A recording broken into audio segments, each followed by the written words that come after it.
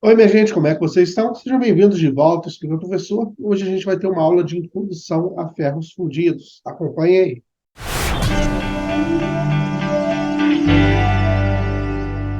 Antes de qualquer coisa, eu gostaria de pedir para você que já acompanha o canal, você que chegou aqui agora, para deixar um like nesse vídeo. E se você não é inscrito ainda, se inscreva. Essas duas ações não custam nada para você e me ajuda muito aqui a continuar a crescer no YouTube e continuar a produzir esse conteúdo. Hoje, a gente vai ter uma aula aqui para encerrar o nosso curso de Tecnologia dos Metais, que é uma aula sobre ferros fundidos, né? Essa aula vai ser uma aula mais superficial, a gente não vai entrar a fundo em ferros fundidos aqui, a gente vai dar um panorama geral de ferros fundidos, mas para a gente encerrar, para a gente não deixar sem passar por esse assunto que muitas vezes ali ele pode até ser cobrado. Então, vamos começar a falar aqui sobre os ferros fundidos. A gente está acostumado a falar muito de aço, né? Aço hipotetóide, aço superior tetóide. E algumas vezes a gente já comentou que os aços, eles são quem? A gente faz uma pequena divisão aqui próximo de 2%. A gente diz que os aços são os que estão abaixo aqui de 2% de carbono e os ferros fundidos são os que estão acima. Porém, os ferros fundidos, eles são ligas aqui que eles podem ter até 1,7% de carbono, de 1,7% a 4,7% e 0,5% e 3,5% de silício. Por quê? Você pensa, Júlio, mas 1,7 ele já não estaria aqui dentro dos aços hipereutectóides, né? Aquela classificação básica, sim, porém a gente tem o que a gente chama de carbono equivalente. Esse carbono equivalente, ele influencia ali meio que alterando o meu diagrama de fase. Esse diagrama de fase aqui que a gente está vendo, ele é um diagrama ferro-grafite, porque aquele diagrama que a gente vê naturalmente, que é o diagrama ferro-cementita, ele é um diagrama que ele não é um diagrama totalmente estável. A fase mais estável mesmo seria um ferro-grafite ou ferro-carbono, indo até ali 100%. E quando a gente está falando aqui da alteração desse diagrama, por exemplo, quando a gente está adicionando silício, não fica presente aqui, mas a gente consegue obter o ferro fundido com 1,7% de carbono. Qual é a influência principal aqui da adição do silício para a obtenção do meu ferro fundido? A minha composição aqui ela vai se tornar excelente para a fundição, porque eu vou obter ali fluidez nesse meu tipo de material. Aqui a gente consegue ver uma comparação entre o diagrama totalmente estável, que é o diagrama ferro grafita com um diagrama metastável, que é o diagrama ferro, né? Ferro Fe3C. Então, aqui é o nosso diagrama que a gente está acostumado a ver, e quando eu estou adicionando aqui a parte estável, eu estou adicionando o grafite. E por que normalmente a gente já não vê o grafite em aços? Porque essa fase ela demora muito tempo a ser formada, né, em condições normais ali de aço. Por isso que é difícil a gente ver para composições pequenas de carbono e sem silício a presença da grafita. A grafita ela é favorecida exatamente por conta do silício. Quando estou adicionando silício, eu estou favorecendo a presença dessa fase. Por que a gente chama também isso aqui de ferro fundido? Se a gente observar aqui os aços, que são aqui, de maneira geral, até 1% de carbono, a gente não tende a utilizar aço muito mais de 1%, no máximo ali 1,1, 1,2, a gente vê que o ponto de fusão aqui do aço, ele está algo ali próximo, né, de 1.500 graus Celsius. Isso aqui para uma quantidade de carbono maior. Um ponto de fusão iniciar o processo de fusão, né? Aqui a gente vai ter a parte bifásica, não tem fusão total. Já para um ferro fundido, por exemplo, um ferro fundido onde o meu carbono aqui equivalente está no 4%, mais ou menos, eu estou tendo uma temperatura aqui de fusão de aproximadamente 1.200 graus Celsius. São 300 graus Celsius a menos, faz uma diferença danada ali quando eu estou fazendo meus processos de fabricação. Isso me permite o quê? Que eu possa, por exemplo, realizar um processo de fundição. Então, ele é chamado de ferro fundido por quê? Porque devido ao baixo ponto de fusão, eu consigo ali realizar, obter peças pelo processo de fabricação que a gente conhece como fundição. Isso é dado, né, obviamente, que por conta do silício e dos outros elementos de liga. Então, quando que eu costumo utilizar, de maneira geral, os ferros fundidos? Quando eu quero aqui uma elevada resistência ao desgaste, à abrasão, amortecimento a vibrações, componentes de grandes dimensões, né, uma vez que consigo fazer um componente ali fundido, peças geométricas complicadas, né, o processo de fundição me permite isso, peças onde a deformação plástica a frio é inadmissível, né, a gente vai ver que os ferros fundidos eles têm pouca deformação plástica, principalmente a frio. Vantagens dos ferros fundidos: baixo ponto de fusão, elevada dureza e resistência ao desgaste, boa resistência à corrosão. Lembrando aqui, essa boa resistência à corrosão é em comparação aos aços normais. e um baixo custo. Isso aqui talvez seja a principal diferença. Ele é mais barato do que o aço, de maneira geral. Desvantagens: grande fragilidade, baixa dutilidade. Eu não vou querer ali uma condição onde eu não posso ter deformação, onde eu queira ter deformação. Deformação plástica é impossível a temperatura ambiente. A gente vai ver que tem pequenos casos que aceitam um pouquinho de deformação. E a soldadura ou a soldabilidade é muito limitada, é muito difícil ali eu realizar soldagem em ferro fundido. Quando eu estou aqui olhando meu diagrama dos ferros fundidos, a gente consegue observar também que, em comparação ali com os aços eutetóides, eu posso classificar aqui os meus meus ferros fundidos em hipoeutéticos e os meus aços em hipereutéticos. A maior parte deles são os hipoeutéticos. E quando a gente está vendo aqui a microestrutura, muitas vezes a gente chama essa estrutura aqui de gama mais grafite, de gama mais grafite. Vou botar um G aqui quando for representado o grafite, que é formada aqui pela linha eutética. Qual é a microestrutura que é formada ali na linha eutética? Quando a gente está vendo o diagrama eutético, a gente chama que são lamelas eutéticas. Aqui a gente chama de ledeburita. Ledeburita. Quando a gente fala de ledeburita, a gente já está falando de ferro fundido. Ela é a estrutura que é formada ali pela transformação eutética em ferros fundidos. Bom, vamos começar aqui agora na classificação dos ferros fundidos, e elas são classificadas basicamente aqui de acordo com a composição química e com a distribuição de carbono na sua microestrutura, né? A gente tem aqui a gente tem aqui 4 categorias principais, que são os ferros fundidos: branco, cinzento, maleável e dúctil, né? A gente ainda vai ver que tem uma outra categoria mais recente no final da aula, mas ela não é essa, são as categorias clássicas. Quando a gente vê aqui a porcentagem de carbono e de silício, a gente consegue consegue ter uma noção melhor aqui. Deixa eu passar mais slide. Foi o que eu falei para vocês do carbono equivalente, de onde se encontram os ácidos, né? Ácidos aqui com até 2% de carbono e pouco silício, né? No limite aqui eu já começo a entrar nos meus ferros fundidos brancos, né? E aqui com uma maior quantidade de carbono e maior quantidade de silício, eu tenho os cinzentos. E aqui essa tabelinha, ela te dá um panorama geral de todos eles. Por exemplo, cinzento, 2,5 a 4% de carbono. Se vocês observarem, dificilmente eu estou passando de 4% de carbono aqui, até porque quando eu venho aqui na minha fórmula do carbono equivalente, onde é como se um terço de um átomo, né, 1% de silício me adicionasse um terço de carbono. Então, se eu tenho aqui um aço, né, um ferro fundido, que ele tem 3% de carbono e mais 3% de silício, no meu diagrama ferro-carbono ali, é como se ele tivesse 4% de carbono, que eu olhar ali quais são as possíveis fases que estão surgindo. Então, aqui que tem o meu carbono equivalente no conceito que eu estou falando aqui em termos de ferros fundidos.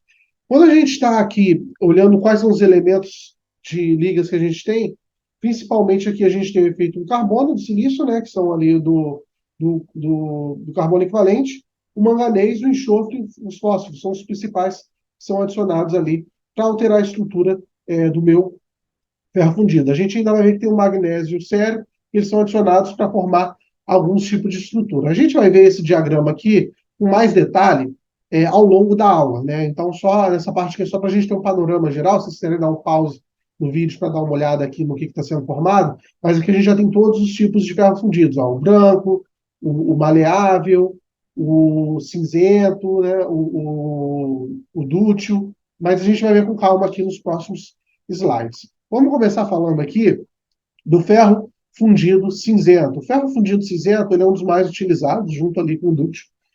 E ele tem aqui uma fácil fusão e moldagem, excelente usinabilidade, resistência mecânica satisfatória e boa resistência ao desgaste e boa capacidade de amortecimento.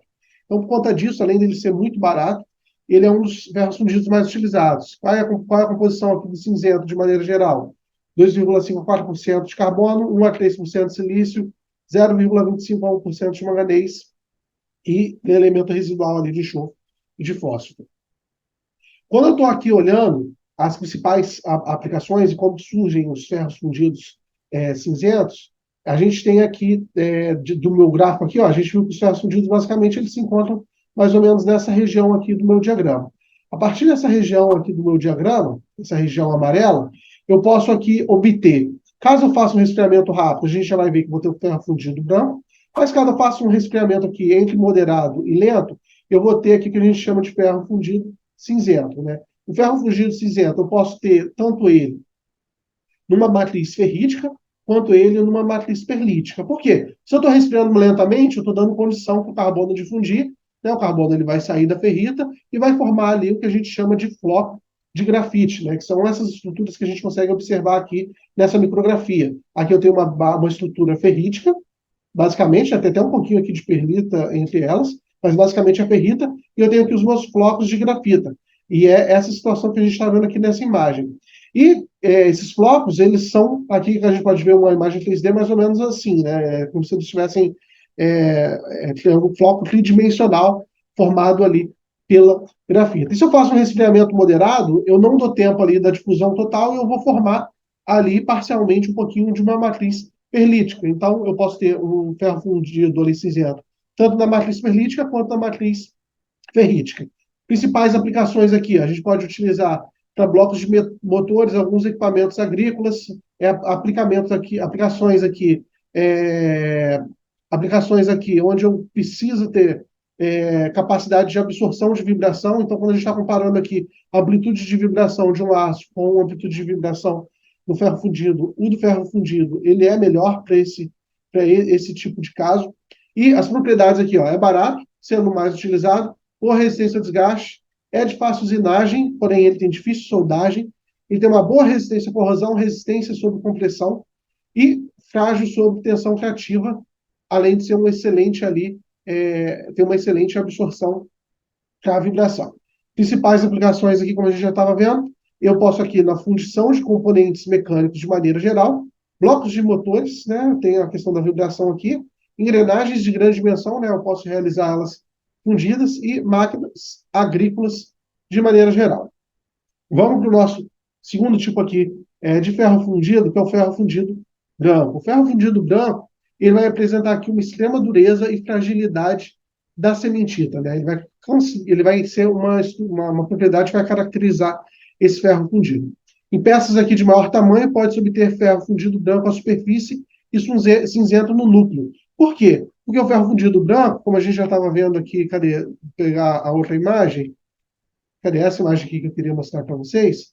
É o ferro fundido branco, ele precisa o quê? De um rápido resfriamento. Então, se eu estou resfriando uma peça, a tendência é o quê? Que a superfície dela seja mais dura, né?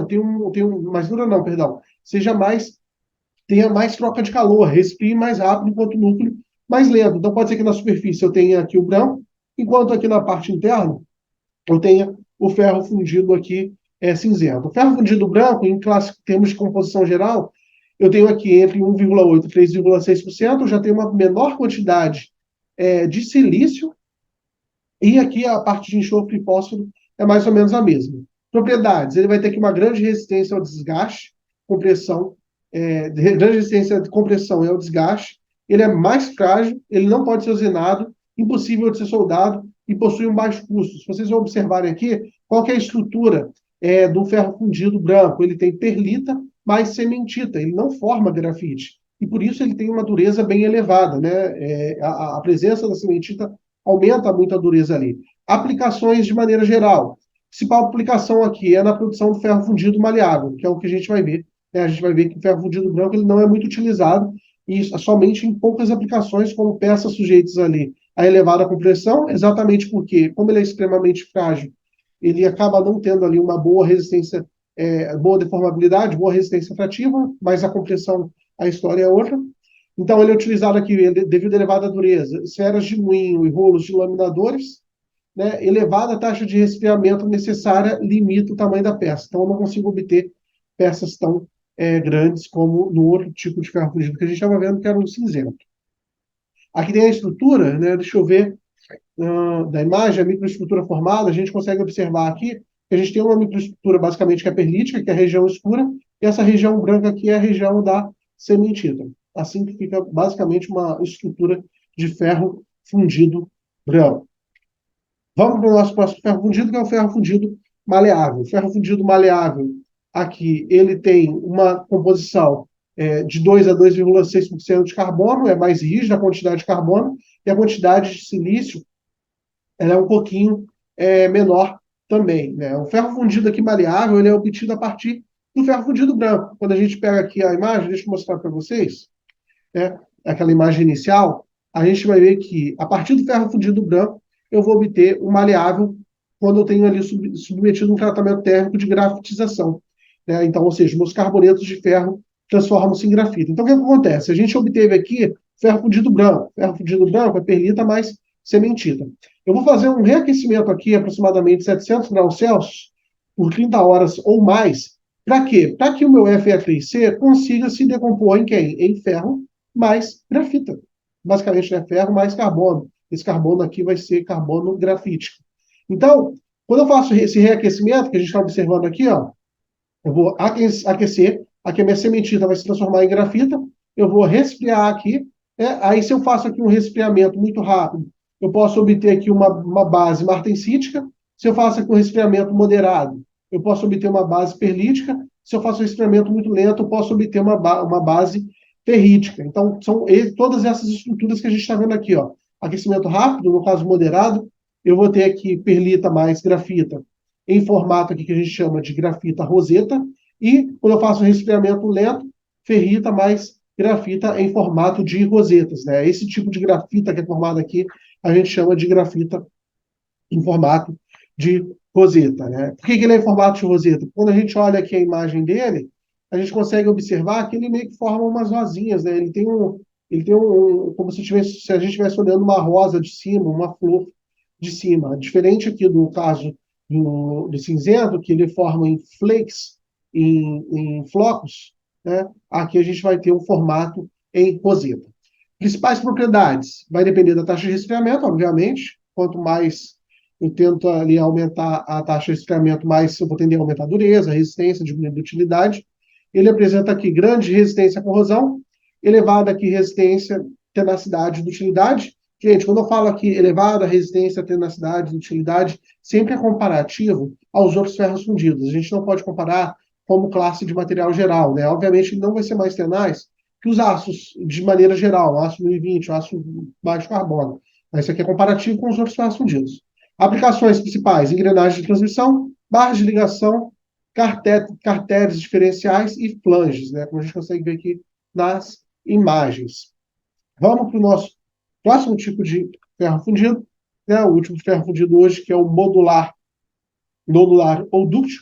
O ferro fundido nodular ou dúctil aqui, ele é feito com ferros fundidos de 3 a 4% de carbono, 1,8 a 2,8% de silício, e eu tenho aqui a adição também de magnésio ou cério, no ferro fundido cinzento, antes da fundição, e ele vai ajudar ali a produzir essa estrutura do ferro fundido nodular. Quando a gente adicionar aqui na próxima imagem, a gente já vai conseguir observar aqui nesse desenho esquemático de onde que ele surge.